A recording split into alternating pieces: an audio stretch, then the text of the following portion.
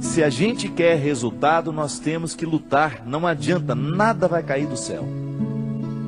Nada cai do céu. Fé nasce do chão. Acho que a gente inverteu as coisas, né? A nossa oração tinha que ser voltada para o chão o tempo todo. Que é aqui que Deus floresce.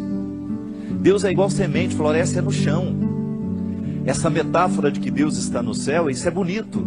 Mas é aqui, ó, é pisando nesse chão que a vida acontece.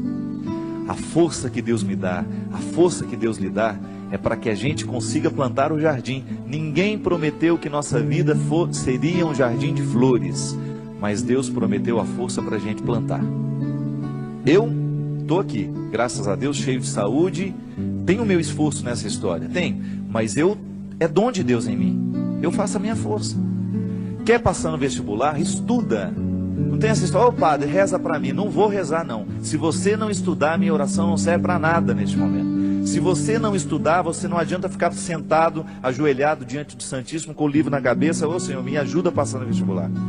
Faça primeiro a sua tarefa, depois você tem o direito de esperar pelo dom.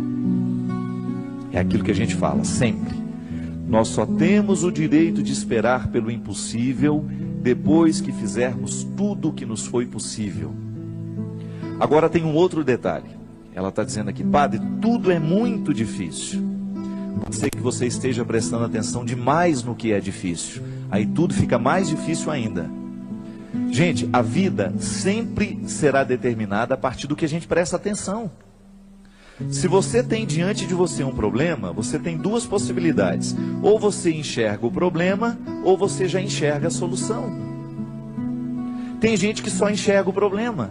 Aí dificilmente encontra a solução, porque fixa os olhos no problema e aí não tem olhos para encontrar a solução. E aí depende de como nós interpretamos a vida. Tem gente que adora dificuldade, tem gente que adora problema. E acaba se tornando uma fonte de problemas, porque não está disposto para soluções. Tem gente que não sabe viver sem um problema. No meu livro que eu vou lançar tem uma personagem interessante, que ela é ficcionada nas doenças, ela adora ter doença. O sonho da vida dela é ter um plano de saúde. A alegria dela é receber um exame em que ela está precária. A alegria dela é contar as doenças, a dor de cabeça que não passa, é a pedra na vesícula. Tem gente que gosta disso, tem gente que presta atenção só no que é ruim. Mas não pode ser assim, minha gente.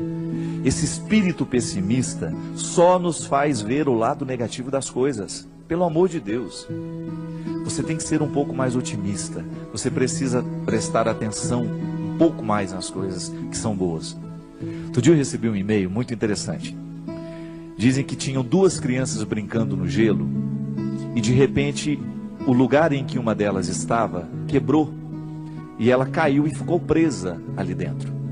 E a outra criança, num ímpeto de salvar aquela outra que estava ali dentro, quase morrendo já congelada, retirou o seu patins e começou a quebrar aquela outra parte lateral para que desse espaço para retirar o amiguinho que estava ali dentro. E com muito esforço aquela criança conseguiu, milagrosamente, ela buscou uma força tão grande dentro dela, que ela conseguiu, mesmo não tendo força o suficiente para isso, ela conseguiu quebrar aquele gelo com o patins. E quando chegou o adulto, né, que viu a situação, não acreditou. E foram chegando outras pessoas, até que uma delas falou assim, como é que esse menino conseguiu quebrar esse gelo e retirar a outra criança que estava aí dentro? Aí o outro falou assim, é porque nenhum de nós estávamos aqui para dizer que ele não conseguia. E é interessante. Quando nós estamos diante de uma situação difícil, é muito natural que outras pessoas, tomadas por um espírito de porco, venham dizer, você não vai conseguir isso não, não vai dar certo não. Não é? E sempre tem um assim, eu não falei? Eu não sei não, estou achando que esse negócio vai dar certo não. Sempre tem um espírito de porco pronto para jogar uma frase destrutiva, que vai desanimar. Mas não. Se a gente não presta atenção nesses discursos, nós vamos extrair coragem dentro de nós, de um jeito que a gente não sabia que tinha. Então, minha filha, às vezes, tudo está tão difícil. Não, não é bem assim. É que nós olhamos tudo de maneira difícil. Não é que tudo está difícil, é que nós olhamos tudo de maneira difícil. difícil. Não pode ser assim. Nós precisamos ser um pouco mais otimistas. Dificuldade existe na vida de todo mundo. Elas estão por toda parte. Agora, a maneira como nós encaramos essas dificuldades é que vai fazer a diferença. São 5.000 pessoas para 5 vagas. Não fique preocupada, viu? 90% destes 5.000 que estão tentando essa vaga não estudou do jeito que você estudou. Se você verdadeiramente se prepara para as coisas, você já elimina boa parte dos concorrentes, porque a maioria é mais ou menos. A maioria está vivendo mais ou menos. A maioria está fazendo mais ou menos. São poucas as pessoas que verdadeiramente estão tomando a vida com responsabilidade do jeito que ela precisa. São poucos os jovens que na fase de 16, 17 anos estão levando o colégio a sério. São poucos os universitários que hoje estão cursando a faculdade com a disciplina que a profissão vai exigir um dia. São poucos os profissionais que verdadeiramente estarão bem preparados para nos atender nos seus consultórios de advocacia, nos seus consultórios dentários, nos seus consultórios médicos, porque são poucos os que verdadeiramente estão fazendo o que devem fazer.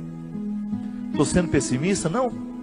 É só você olhar para o jeito como estão vivendo os nossos universitários, a maneira como eles estão se preparando para a futura profissão. E eu sempre digo, quer ser um bom profissional? Estude bem o que você está estudando. Porque você não tem o direito de ser mais ou menos. Não tem. A maior preocupação minha que eu tenho como padre, minha gente, é a qualidade dos nossos padres nos dias de hoje. Você que é padre sabe muito bem o quanto que você é exigido nos dias de hoje. Você precisa ser um homem de sabedoria. Você precisa ser um homem que estabeleça uma ponte com a cultura, com a sociedade.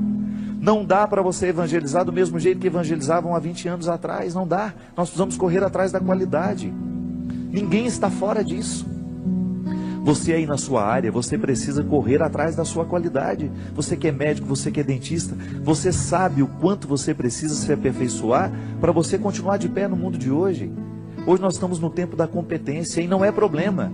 Isso tem que nos motivar para a gente querer, reconhecendo, ainda que seja o mínimo dentro de nós. Nós merecemos cuidar desse mínimo, chegar a aperfeiçoar cada vez mais esse processo, aumentar cada vez mais as nossas possibilidades.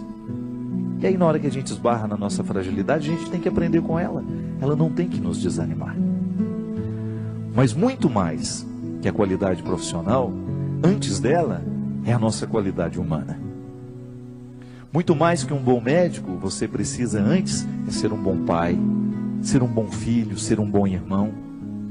É isso que faz verdadeiramente a felicidade vir acomodar-se dentro de você. Não adianta você se realizar na sua profissão se você não se realiza como pessoa. E é disso que hoje nós estamos falando. É desse aperfeiçoamento humano. E na faculdade da vida a gente aprende o tempo todo. Não tem nenhum professor a nos ensinar a ser pai, a nos ensinar a ser irmão, não. É olhando nos olhos de quem a gente ama que a gente vai descobrir a medida certa, o aprendizado de cada dia, para que a gente possa ser um ser humano melhor no mundo de hoje. Chega de gente ruim, chega de gente incompetente como pessoa, chega de assassinos, chega de ladrões, chega de mentirosos. Vamos dar qualidade a esse mundo, a começar por você. Não importa de como você tenha vivido até o dia de hoje. A palavra de Deus para nós é sempre otimista. Deus continua vendo valores em você. Deus continua acreditando que o seu coração pode ser melhor. Deus continua acreditando que aí, nesse coração muitas vezes marcado pelos fracassos, existe uma vitória a que você pode chegar. Basta você não desistir.